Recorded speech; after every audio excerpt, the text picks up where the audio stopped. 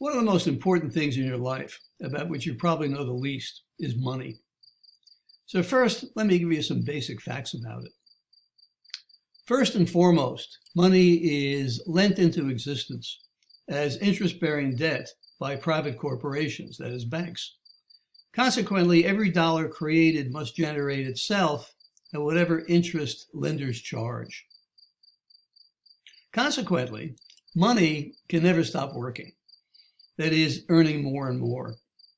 Put another way, the money that is a loan must generate itself and a rate of return. As we'll see, the need to earn a rate of return is at the root of many of our problems. Third, money, and the economy in general, must grow exponentially. That's different from linear growth, which is of the 1, 2, 3, 4, 5, 6, etc. nature, and grow 1, 2, 4, 8, 16, 32, 64. That is constantly doubling. Now, before I illustrate what that means, we need to understand some big numbers. And since we'll be considering money, here is what, for example, $10,000 looks like. Here's what $1 million looks like. And here's what $1 billion looks like. To give you an idea, this is what 1 trillion looks like. Now, a trillion effectively is 1,000 billion. Jeff Bezos, CEO of Amazon, is worth 20 billion, or about 20,000 million. Let me go back to, here's what an exponential curve looks like. Starts off slow, growing gradually, and then starts growing faster and faster and faster. Now, let me give you a concrete example of what that means. Say, for example, you're being held captive in Fenway Park in Boston, and you're handcuffed to the highest bleacher seats. At 12 noon, a single drop of water falls on the mound, and the number of drops doubles every minute. How long do you have to escape before you drown? 2 days? A week? A month? You would have until 12:50 the same day. Here's the growth of the U.S. money supply starting in 1960. As you can see, it gradually goes up, and as it's growing exponentially, it's effectively doubling about every 20 years. It's going to be very important to consider exponential curves, because here are some other exponential curves. Here's water use, starting in 1900, and again, growing exponentially. Here's the growth in transport vehicles, again, starting in 1930s, and again, growing exponentially. Here's the exploitation of ocean ecosystems, again, growing gradually and then constantly getting faster and faster. Paper consumption or cutting down of forests, same thing. Here's the growth, loss of tropical rainforest and woodland.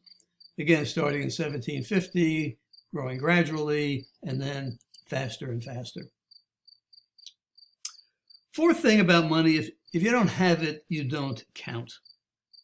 That is, in a market society where all desirable things are attainable only with money, nobody will make or do anything for you if you can't pay for it. Now, most modern market societies make some provision for people with little or no money. Welfare programs, food programs, public shelters, and so on. But these efforts, as we'll see, are getting less and less viable. That's one reason why public health authorities are predicting that by 2040, we'll no longer have effective antibiotics, since medicines are produced largely by profit-making corporations. And since the profit margin or the rate of return on investments in antibiotics are small, these companies will focus their efforts on more profitable products, things that people with money can buy, diet medicines, pills for erectile dysfunction, hair restoratives, and so on. As we'll see, this has had enormous consequences for public health. Finally, creating money requires a process of what we can call capital conversion. It requires that we take non-monetary capital, things that are valuable but not readily exchangeable for other things, and convert it into money. Clearest is the case of natural capital. That is, we convert forests into money, water into money, minerals into money, and so on. Political capital is converted into money when we have to pay for access to public officials who have a say in our government. We convert social capital into money when it costs something to communicate with each other, or when the social or emotional support, once available for free in families or communities, becomes monetized. That is available only through the market. Let me illustrate this with a brief news item about buying families.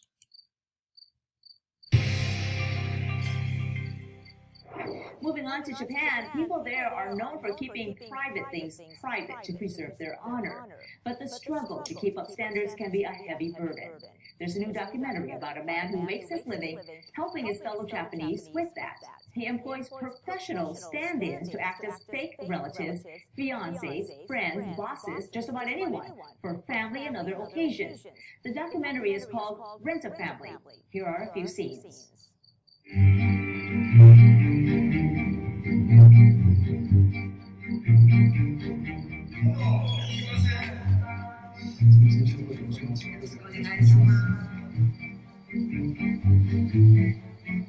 じゃあ、僕は、今、あなたのお仕事じゃないですか。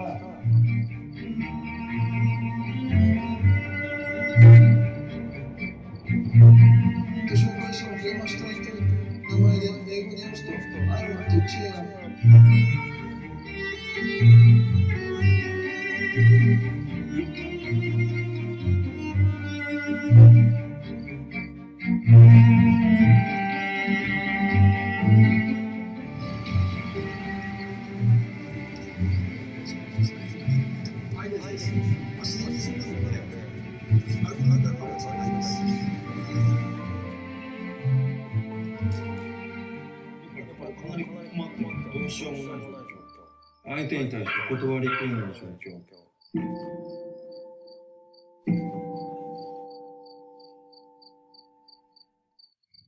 The documentary is. As your text describes, understanding how our global cultural system works requires how money mediates between four central categories of our society: the consumer, the laborer, the capitalist or financier, and the nation state. To see how we got here, we're going to begin by examining a society that essentially contains none of these categories, the Huli of the highlands of New Guinea, and efforts by marketers to turn the Huli into consumers. And then for our first discussion forum, we'll think about what changes in Huli society are necessary to make them more like us.